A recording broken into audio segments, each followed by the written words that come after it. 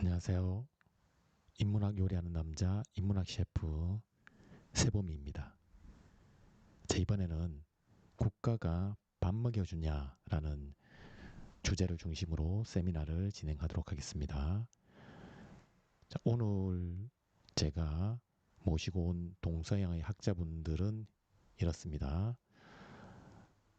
자, 그리고 이분들께서 가상의 스토리를 중심으로 의견을 주고받는 과정에 여러분들이 주의를 잘 기울이면 민본주의, 공동체주의, 공산사회, 사회계약설과 관련한 이론들을 자연스럽게 흡수할 수 있을 것입니다.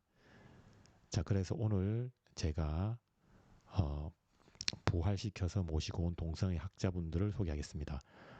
맹자, 아리스토텔레스, 마르크스, 홉스, 로크, 그리고 루소 선생님을 모셨습니다. 먼저 제가 말문을 트겠습니다. 인문학 카페에 오신 동서양의 학자분들을 진심으로 환대합니다. 오늘 저는 국가의 존재 이유를 부정하는 민수의 스토리를 여러분들에게 소개하겠습니다. 자, 이 스토리를 바탕으로 국가의 역할과 정당성에 대한 학자분들의 의견을 펼쳐주시길 바랍니다. 자, 스토리는 이렇습니다. 김민수 군은 아이패드를 구입하기 위해 편의점에서 아르바이트를 시작했어요. 민수는 2달간 편의점에서 일을 한 후 200만 원을 마련합니다. 그런데 원래 받기로 했던 월급보다 10만 원이 적은 거예요. 알고 보니 국가에서 세금으로 10만 원을 가져간 것입니다. 민수는 이 사실에 분개합니다. 민수는 내가 노동한 대가 중 일부를 허락도 없이 강탈해 가다니 이건 국가라는 탈을 쓴 강도 아니야? 라며 투덜거립니다. 다행히 부모님께서 부족한 10만 원을 보태주셔서 민수는 자신이 원하던 아이패드를 결국 구입합니다. 그런데 민수가 아이패드를 구매하여 매장에서 나오는 순간, 그 순간 2인조 오토바이 소매치기가 민수의 아이패드를 훔쳐 달아납니다. 결국 민수는 달아나는 강도를 망연자실하게 바라볼 뿐 아무것도 할 수 없었어요. 그리고 다시 한번 국가를 원망합니다. 국가는 자신의 재산인 아이패드가 강탈되고 있는 상황에서도 아무런 도움을 주지 않았기 때문입니다. 이런 일련의 사건을 겪은 후 민수는 국가가 왜 필요하며 자신이 왜 국가의 명령에 따라야 하는지 회의감에 휩싸입니다. 결국 민수는 국가의 존재 이유에 대해서 부정하기 시작했습니다. 자, 이 스토리와 관련하여 우리 아리스토텔레스 선생님께서 의견을 주실 것입니다. 자, 물론 민수가 국가에 대해 품는 불만을 충분히 이해합니다. 그런데 민수가 국가의 필요성과 국가 권위의 정당성을 부정하는 입장에 대해서는 동의할 수 없어요. 인간은 사회적 동물 혹은 정치적 동물입니다. 더욱 정확하게 말을 하자면 인간은 폴리스적 동물로서 그 본성상 폴리스라는 정치 공동체를 이루어 살 수밖에 없도록 그렇게 생겨먹었어요. 그리고 인간은 그 본성상 정치적 공동체를 이루어야만 인간다운 삶을 살 수 있습니다. 그리고 그래서 관계를 맺고 그 관계 속에서 의견을 주고받으면서 삶에 직면하는 문제를 해결해 나가지요.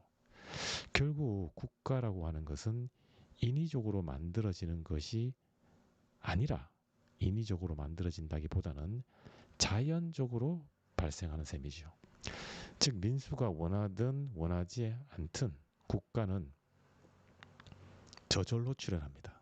그런데 민수는 국가의 존재를 부정합니다. 하지만 국가 없이는 인간다운 삶을 살 수가 없어요. 자, 우리 아리스토텔레스 선생님께서는 국가는 무엇인가? 국가는 무엇인가? 그리고 국가는 어떻게 출현하는가? 자, 여기에 대해서 국가는 매우 자연 발생적으로 출현한다는 것입니다. 왜 자연 발생적으로 출현하는가? 인간이란 존재는 국가라는 공동체를 형성하지 않고는 동물과 구별되는 인간다운 삶을 살 수 없도록 생겨먹었다는 것입니다. 그래서 인간은 인간다움을 확보하기 위해서 필연적으로 폴리스라고 하는 정치 공동체에 살 수밖에 없다. 그래서 인간은 그 본성상 사회적 동물 혹은 정치적 동물이라고 할 수가 있다. 이렇게 보고 있습니다. 그래서 민수가 원든 원하지 않든 국가는 자연 발생적으로 출현하고 있고 그 국가 속에서만 인간다운 삶을 확보할 수 있기 때문에 민수가 국가의 존재를 부정하는 것은 곧 인간다운 삶을 살기를 포기하는 것과 마찬가지다. 이런 입장인 셈이죠. 자, 여기에 대해서 제가 그렇다면 정치 공동체 안에서만 인간다운 삶을 헤쳐나갈 수 있는 그 이유가 무엇입니까? 이렇게 여쭈었더니 아리스토텔레스 선생님께서 인간이 인간인 이유는 동물이 지니고 있지 않은 기능, 동물이 지니고 있지 않은 기능을 발휘할 수 있기 때문입니다. 인간만이 고유한 기능은 바로 이성입니다. 이성 중에서 특히 실천적 지혜, 즉 프로네시스를 통해 우리의 감정을 상황에 적절하게 조절하면 우리는 품성의 덕을 실현할 수 있어요. 이 품성의 덕은 일종의 도덕적 덕이라고 할 수 있는데요. 바로 이 덕을 실현할 때 인간은 행복, 즉 에우다이모니아에 도달합니다. 즉 제가 의도하는 행복은 그저 먹고 마시는 등 동물적 욕망을 최대한 충족할 때 느끼는 쾌락으로서의 행복이 아닙니다. 제가 지향하는 행복은 인간만의 고유한 기능인 실천적 지혜를 통해 감정을 잘 조절할 때 확보할 수 있습니다. 그런데 그 덕을 실현하는 것으로서의 행복은 폴리스, 즉 국가 공동체를 통해서만 가능합니다. 자, 우리 아리스토텔레스 스님께서는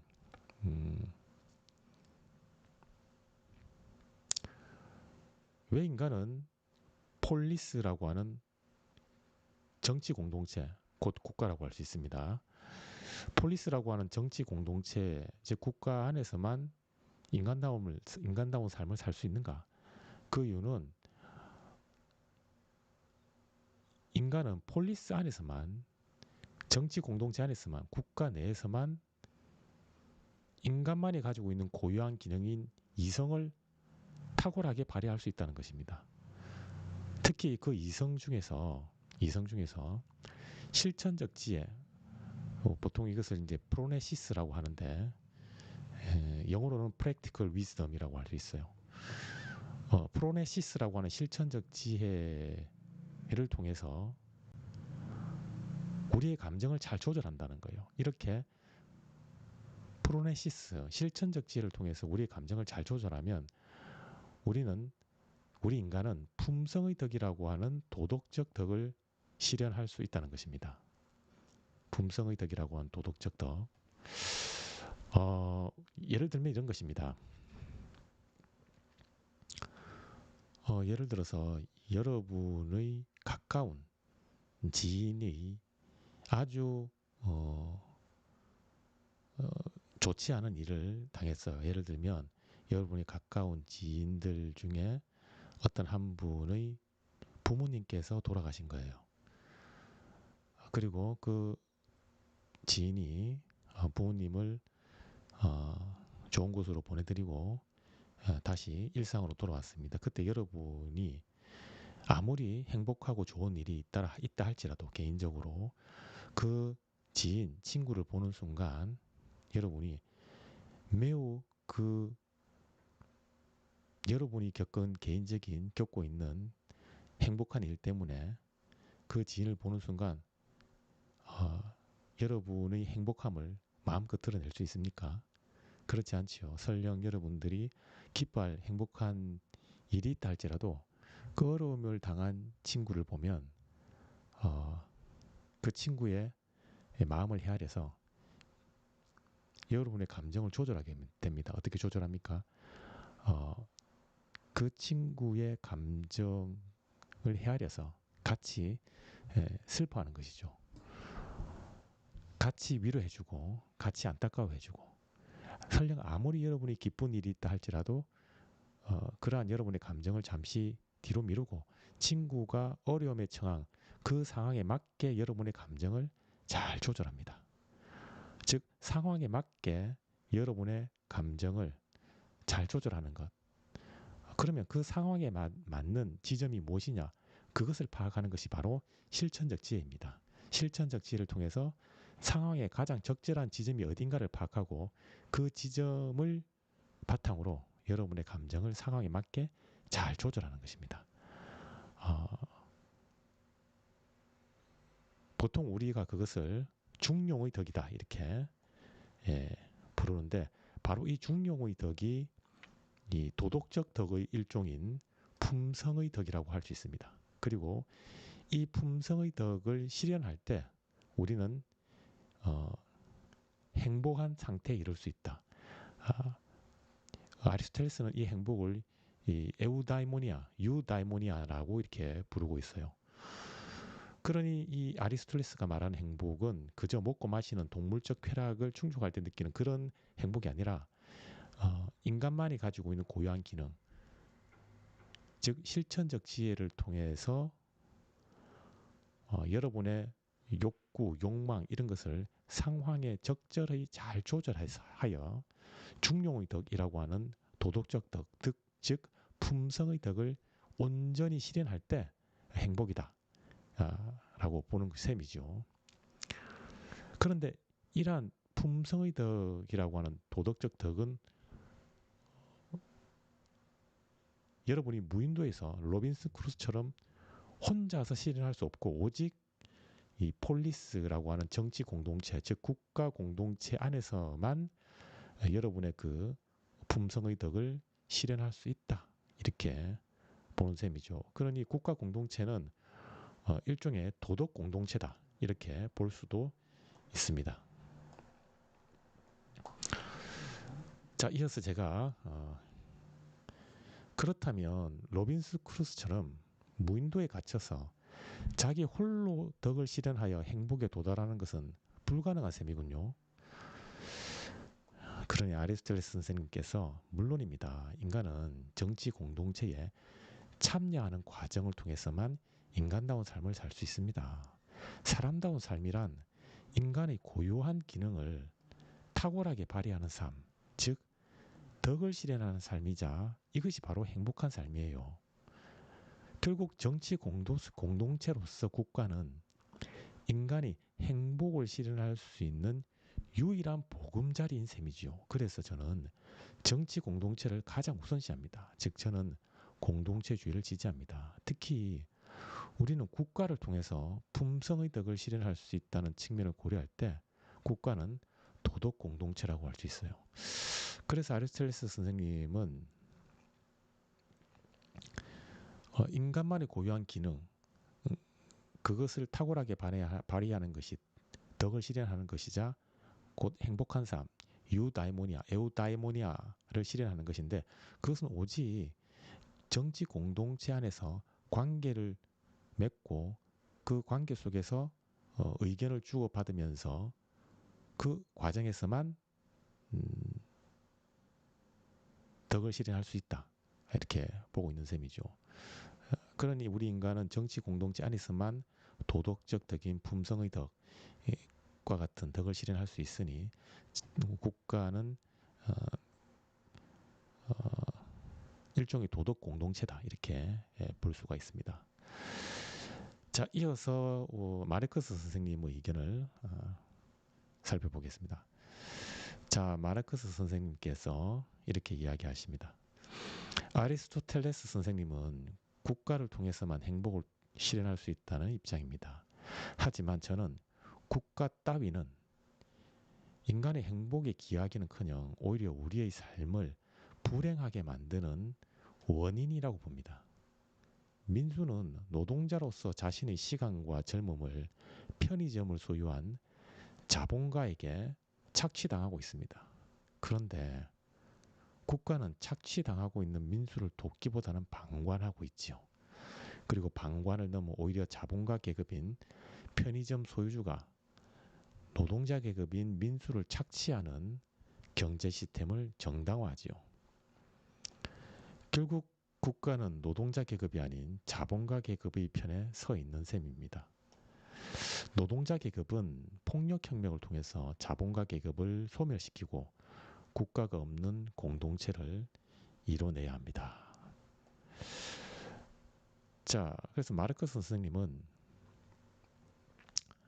국가는 인간의 행복에 기여하는가? 그래서 국가는 반드시 필요하고 국가의 권위에 따르는 것은 정당한가? 과연 그러한가? 이 문제에 대해서 그렇지 않다. 국가는 개인을 해방시켜 자유롭게 하기보다는 오히려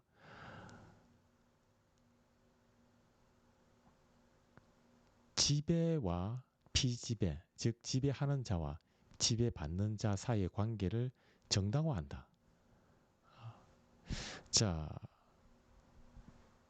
즉 국가는 자본주의 시스템을 정당화한다. 이렇게 볼 수가 있어요. 자, 우리 이 자본주의 경제 시스템에 따르면 능력에 따라 일을 하고 업적에 따라 분배를 하죠. 그러니 능력이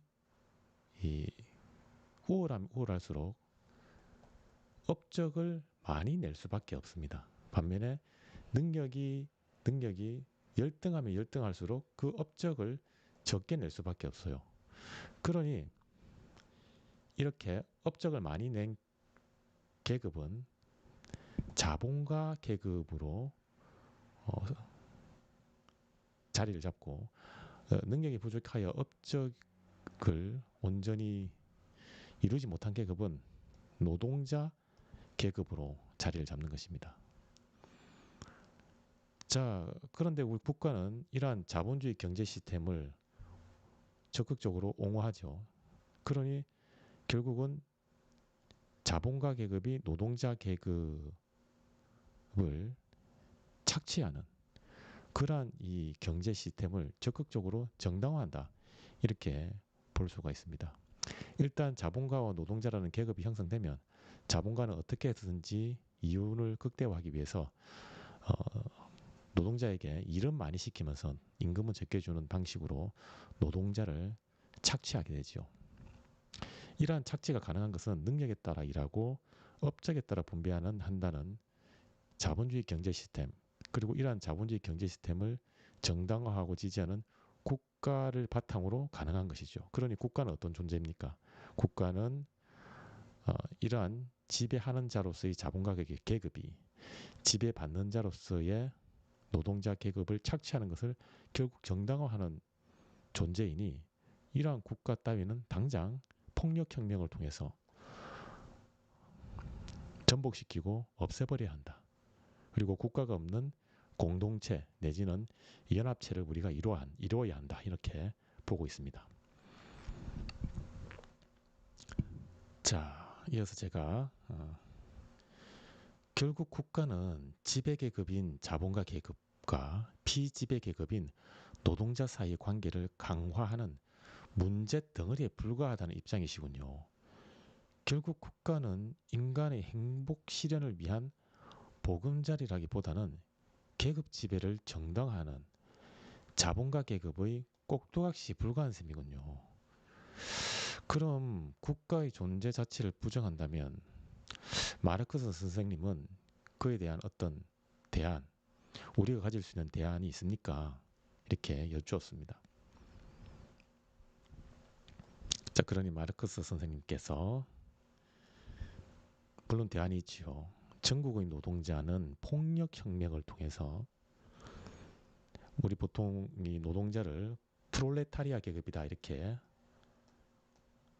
부르기도 합니다. 프롤레타리아 계급이다. 전국의 노동자는 폭력혁명을 통해서 자본가 계급을 타파한 이후, 자, 우리 자본가 계급을 보통 부르주아 계급이다 이렇게 부르기도 합니다. 전국의 노동자는 폭력혁명을 통해서 자본가 계급을 타파한 이후에 자본주의 경제 시스템을 바탕으로 하는 국가 자체를 소멸시켜야 합니다. 국가를 소멸한 이후 모두가 평등한 연합 공동체가 이루어집니다. 이 공동체 안에서 재화는 능력에 따라 일하고 필요에 따라 분배한다는 그러한 분배 원리를 따르게 됩니다.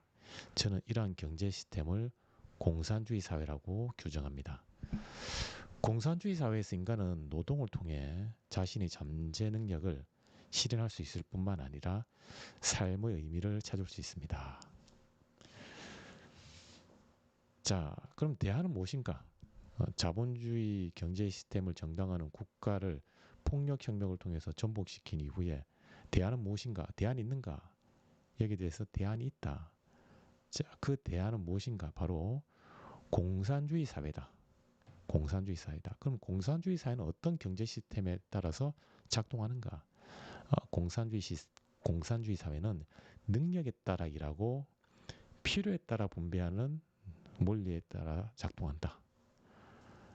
자, 그러니 이 설령 능력이 부족하다 할지라도 기본적인 생존을 위한 필요 재화를 분배받을 수 있으니 생존권이 보장이 된다.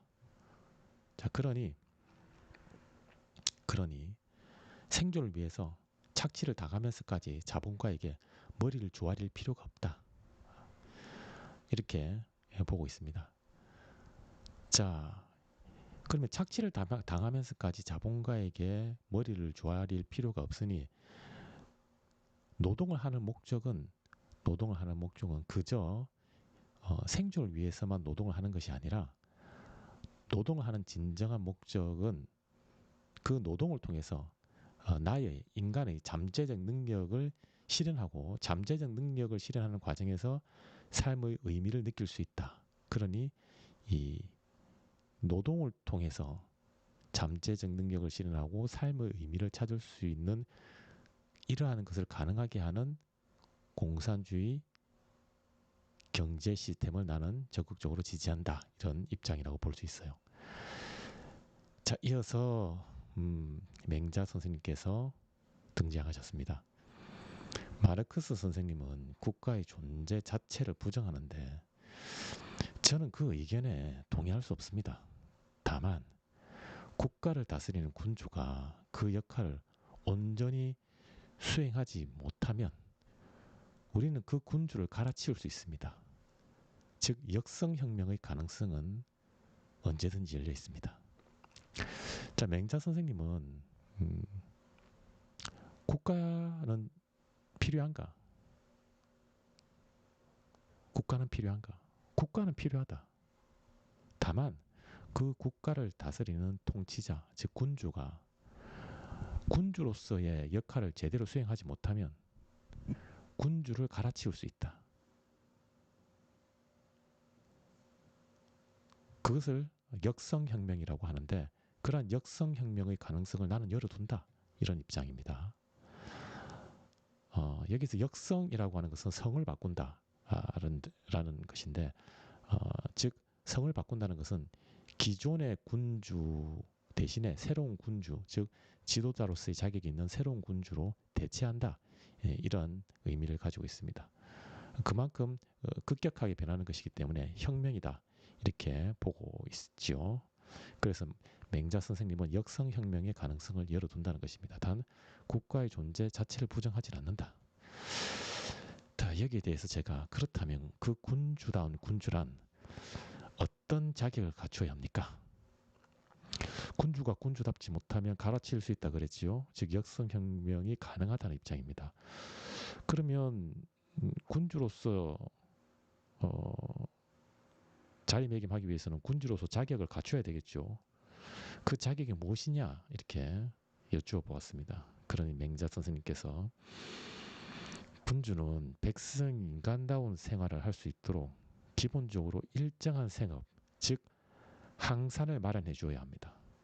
항산이 확보되어야 백성들은 기본적인 의식주를 마련할 수 있어요.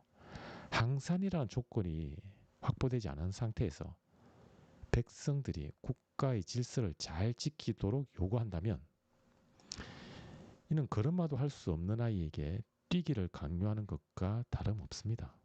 결국 백성은 배고프지 않게 먹고 등 따시게 잘 수 있는 조건, 즉 항산이 먼저 마련된 이후에 그 이후에 비로소 일정한 마음, 즉 도덕심으로써 항심을 기를 수 있는 셈이죠. 즉 유항산이어야, 즉 일정한 생업이 있어야만 유항심이라 일정한 마음인 도덕심이 있다. 자, 여러분 한자 문화권에 익숙하지 않은 분들을 위해서 제가 영어로 번역을 했는데요. 여기 보시면 기본적인 의식주, 생업이 잘 마련돼야만이 오직 그때만 비로소 이 사람들은, 시민들은, 백성들은 도덕적 마음, 즉 항심을 잘 기를 수 있다. 이런 입장입니다. 여기서 항심은 일정한 마음으로서 도덕심을 의미합니다. 그래서 백성은 배가 고프면 결국 살기 위해 빵을 훔칠 수밖에 없어요. 다른 사람에게 해악을 가하지 않으려는 마음, 즉 일정한 마음을 잃어버리지요. 자, 그러면 군주다운 군주는 어떤 자격을 갖춰야 하는가? 여기에 대해서 맹자는 군주다운 군주는 반드시 백성이 등 따시고 배부르게 먹을 수 있는 일정한 생업, 삶의 조건을 마련해 줘야 된다. 그 삶의 조건을 항산이라고 보고 있습니다. 항산. 이 항산을 마련해 줘야 한다. 항산을 마련해 주지 않으면 어떻게 하는가? 백성들은 군자라면, 즉 도덕적 인격이 확보된 도덕적으로 성숙한 사람이라면 항산이 마련되어 있지 않아도 도덕 규칙, 도덕적 예의, 도덕심을 잘 보존하고 예의에 맞게 행동할 수가 있습니다. 예법에 맞게. 하지만 그러한 군자가 아니라, 즉 도덕적으로 인격이 상당히 성숙한 이 군자가 아니라 일반 평범한 시민들, 우리 맹자는 그분들을 소인이라고 하고 있는데, 이 소인들은 항산이 마련되지 않으면 반드시 이 배가 고파서 도덕심을 잘 유지할 수가 없다. 즉 도덕적이지 못한 행동을 하게 된다. 예를 들면 배가 고프면 물건을 훔치게 된다. 살기 위해서 빵을 훔칠 수밖에 없다.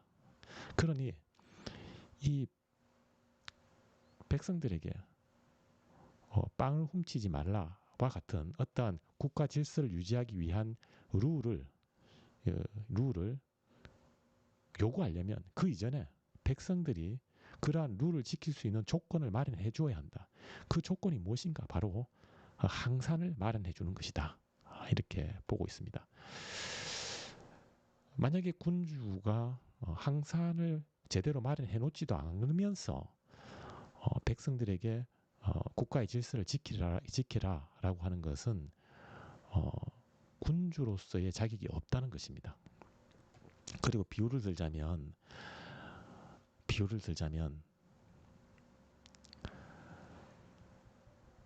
항산을 마련해 놓지 않으면서 백성들에게, 즉 소인들에게 어떤 도덕심, 일정한 마음으로서의 도덕심을 잘 기르고 그 도덕심을 바탕으로 국가의 질서를 잘 지키라라고 하는 것은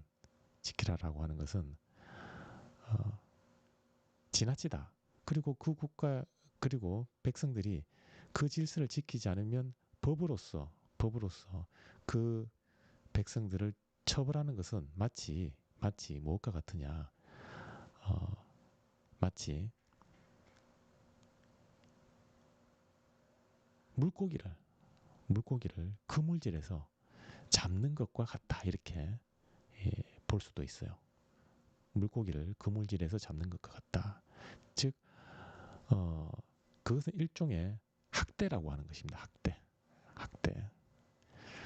그래서 군주다운 군주가 백성들에게 도덕심을 요구하려면, 그리고 그 도덕심을 바탕으로 국가의 질서를 잘 지켜라 이런 것을 요구를 하려면 그 전제 조건으로서 백성들이 기본적으로 먹고 살 수 있는 의식주를, 생업을 잘 마련해 줘야 된다. 그래서 맹자는 유항산이어야만 유항심이다. 이렇게 자신의 입장을 강조하고 있습니다. 그럼 백성들의 항산을 마련하는데 무관심한 공주는 어떻게 됩니까? 이렇게 제가 여쭙습니다.